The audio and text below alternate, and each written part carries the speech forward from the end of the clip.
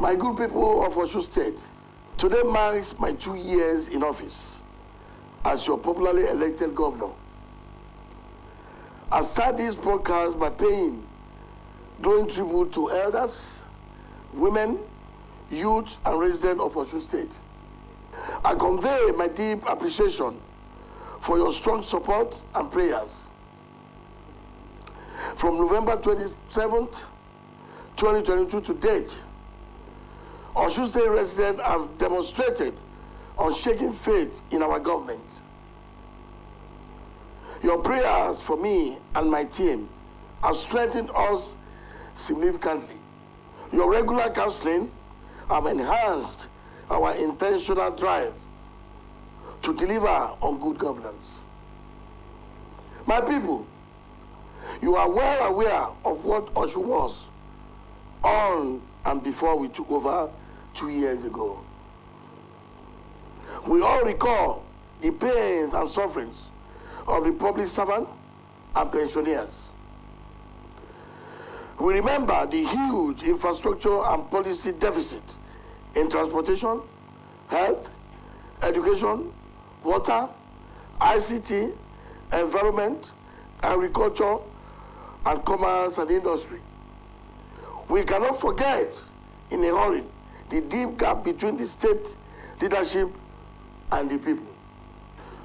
To revive the state and deliver on good governance, our administration launched out with a 5-point agenda. We targeted specific areas of needs of the people, which form the major components of the clearly defined agenda. The goal, principally, was to address the aspirations and immediate needs of our people. In line with norms of accountability and responsibility to the electorate, I am obligated to render my stewardship midway into the life of our administration. It is therefore with praise to God Almighty and the universe that I address you on major advances our administration has already recorded across the sector. We pursue a preventive healthcare policy which places emphasis on access to healthcare.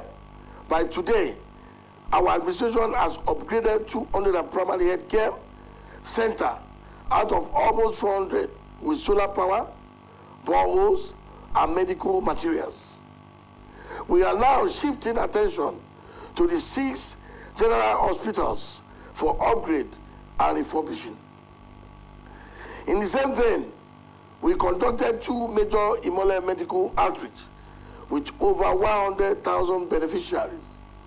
The 3rd edition is upcoming even as we have enrolled 29,000 pensioners in the health insurance scheme to bankroll their health care. On water supply, we developed 3 structure plans of immediate, short, and long-term template to resolve acute water shortage inherited in 2022.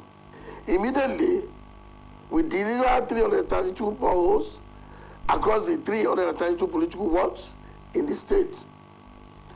Another 332 is ongoing simultaneously.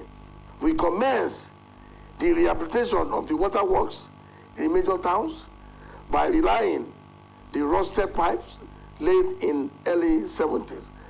Additionally, the abandoned 10 mini water works are being revived, while the project for oral water scheme is also under implementation. In the agricultural sector, we started the farm mechanization plan by purchasing 31 tractors in the first phase. Farm inputs were regularly distributed. I am launching the Youth Agropreneur Program across the 30 local government and the area councils. We are reviving the farm settlement. We are implementing the new cocoa and cashew expansion initiatives. For the education sector, the University of Ilesha has become a reality with take-off grants and accredited courses. Rehabilitation of its internal roads are now ongoing. For the Osun State University, 4 abandoned projects were completed and a new anatomy laboratory started and completed by our administration. We rehabilitated 99 secondary schools, restarted the upgrade of the 6 technical colleges, and are about to issue letters of appointment to new teachers. We restored normalcy within the public service with permanent secretaries and regular promotion exercises. Half salary debt is being paid in phases, and a new minimum wage has just been approved for the state workers. Ours is an openly pro-worker government. In science and technology, we gave Osun its first ICT policy, innovation policy, and startup legal framework. We introduced the first digital economy agenda for the state. Implementation of this policy and programs are ongoing. For the power sector, our government is finalizing a policy and legal frameworks for the electricity package system. With the devolution of power sector, the passage of the electricity bill into law in Osun State will enable us to regulate stakeholders in the sector. An electricity regulatory commission will be set up to license generators of powers, among others. My dear people of Osun State, our administration has constructed over 120 kilometers of road across the state. Several interstate and intra-city roads completed are to be commissioned during this 16 days anniversary. 2 major flyovers are also progressing to completion at Osogbo, while works are progressing at Ile-Ife flyover and Ilesha dualization. I have redirected our effort and plan at the completion of Iwo-Osogbo Road. We have added the dualization of Odori, Adeleke'S Road inside Iwo to be executed in 2 phases. The first phase will reach Post Office and Oluwo Palace, while the second phase will take off from Post Office to Adeleke Junction. Our government has enhanced the local economy, not just through its local content policy. We have also expanded access to financing for artisans and small businesses. Through the cooperative society, several millions of naira have been advanced to the state cooperative movement as revolving loans. The first time since the First Republic, we encourage creation of world-based artisans, cooperative society across the 332 political wards. Another millions of naira have been advanced to the 332 business groups as revolving loans. During this anniversary, another set of small businesses will get microcredit checks. Osun money is truly revolving within Osun state economy. I want our people to note for the record that for all our projects and programs, we did not obtain any loan. We only block leakages in the state finance and employ local content to moderate budget costs and enforce high standards. We never discriminate on inherited projects, and we never sack any contractors engaged by our predecessors. We run an open, transparent government. For the second half of our government, I reassure all sons and daughters of Osbc State that the government, under my leadership, will complete all ongoing projects. We will continue to address the infra and social needs of our people. We will strike a balance between hard and soft infrastructure. Going forward, we will deepen our consultation and interactive mechanism with the citizenry, as we have acted only in public interest in the last 2 years. We will sustain our responsiveness and respect for the wills and aspirations of our people. Therefore, I invite you to join me as we commence anniversary with town hall meetings and commissioning of projects and programs. Once again, I thank Osbc elders, sons, and daughters for your support and prayers. I remain your governor, who is ever committed to service to the high and the low, to the poor and the rich, and to all citizens and residents. I thank you all for listening. May the good Lord bless Osbc State, the state of the living spring, and may the good Lord bless the Federal Republic of Nigeria. I love you all, Osbc.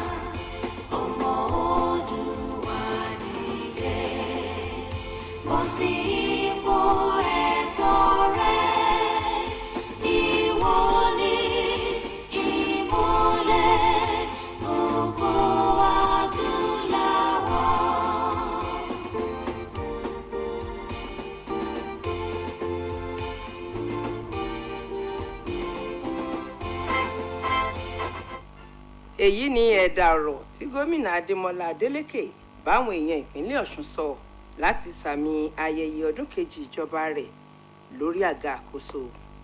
ẹ̀yin èèyàn mi nípínlẹ̀ Ọ̀ṣun, òní ló pé ọdún méjì tí mo gbé ìkúìdà àkóso gẹ́gẹ́ bí gómìnà tẹ́ dìbò yàn. mo kí gbogbo ẹ̀yin àgbà ìlú, ẹ̀yin obìnrin, ẹ̀yin ọ̀dọ́, ẹ̀yin ọmọdé àti gbogbo olùgbé ìpínlẹ̀ Ọ̀ṣun pátápátá. mo dúpẹ́ fún àtìlẹ́yìn àti àdúrà yín látìgbà yìí wá. ọjọ́ ń rè bí àná tí wọ́n búra fún mi gẹ́gẹ́ bí gómìnà ìpínlẹ̀ Ọ̀ṣun lọ́jọ́ 27 oṣù kọkànlá ọdún 2022. gbogbo ọmọ àti olùgbé ìpínlẹ̀ Ọ̀ṣun ni wọ́n fi ìgbàgbọ́ tí wọ́n ní nínú ìjọba wa hàn. àdúrà tẹ́ ń gbà fẹ́mi àtàwọn ikọ̀ mi ló mú wa ṣàṣeyọrí.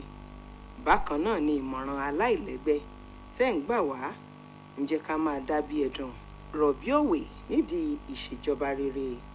Ẹ̀yin èèyàn mi, gbogbo yín lẹ mọ ipò tìpínlẹ̀ Ọ̀ṣun wà ká tó gorí àlééfà lọ́dún méjì sẹ́yìn. Gbogbo wa ò gbàgbé ohun tójú àwọn òṣìṣẹ́ ọba àtàwọn òṣìṣẹ́ fẹ̀yìntì ti rí sẹ́yìn kíjọba wa tó dé. Àrántí bóun gbogbo ṣe dẹnu kọlẹ̀ lẹ́ka ètò ìrìnnà, ètò ìlera, ètò ẹ̀kọ́, ìpèsè omi, ètò ìbánisọ̀rọ̀ nílànà ìmọ̀ ẹ̀rọ, ọ̀rọ̀ àyíká, ẹ̀ka iṣẹ́ àgbẹ̀, okòòwò àti ìdáṣẹ́sílẹ̀.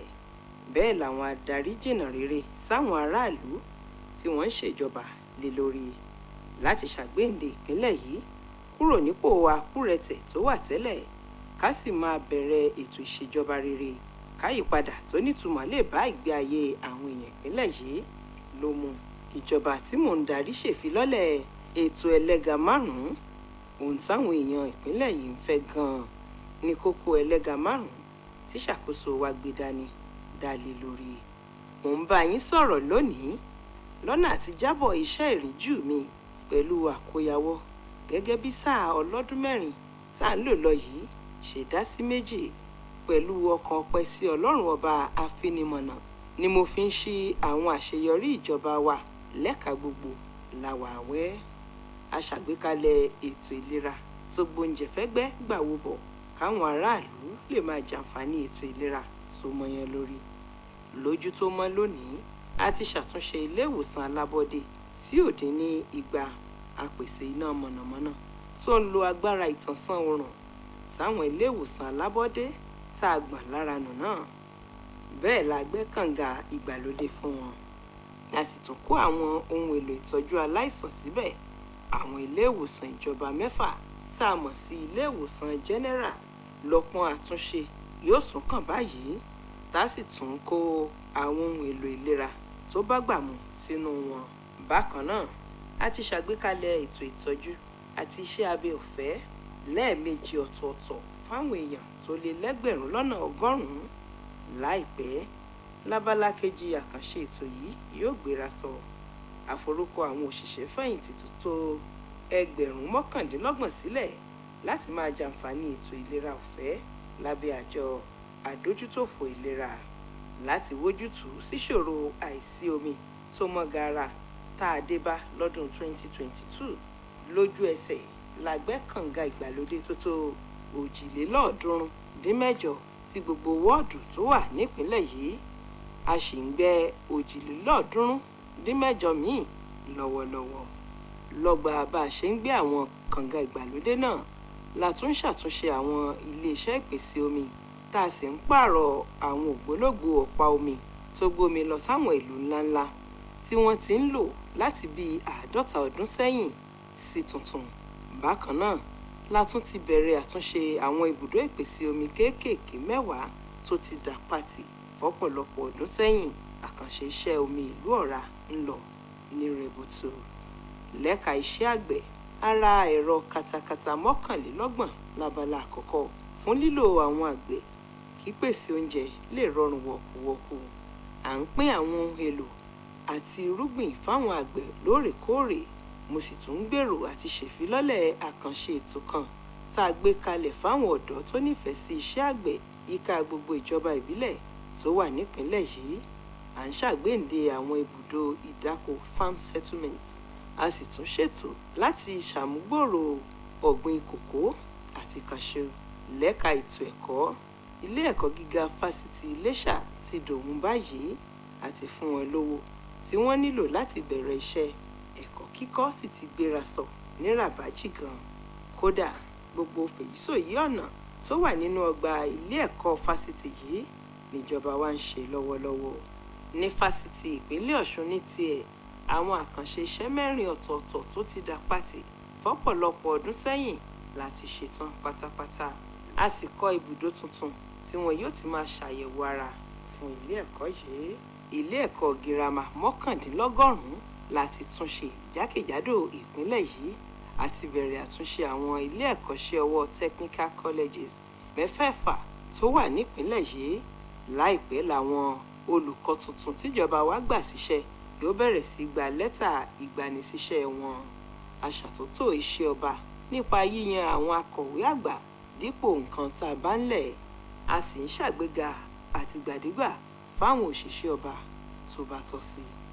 A ò fọ̀rọ̀ sísan gbèsè àjẹ́lẹ̀ ìlàjì owó oṣù àwọn òṣìṣẹ́ tá a jogún lọ́dọ̀ ìjọba tó lọ ṣàwẹ́wà, a sì tún ti buwọ́ lu owó oṣù tuntun fáwọn òṣìṣẹ́ ọba nítorí pé ìjọba tiwa mọ́rọ̀ ìdẹ̀rùn wọn lọ́kùnkúndùn.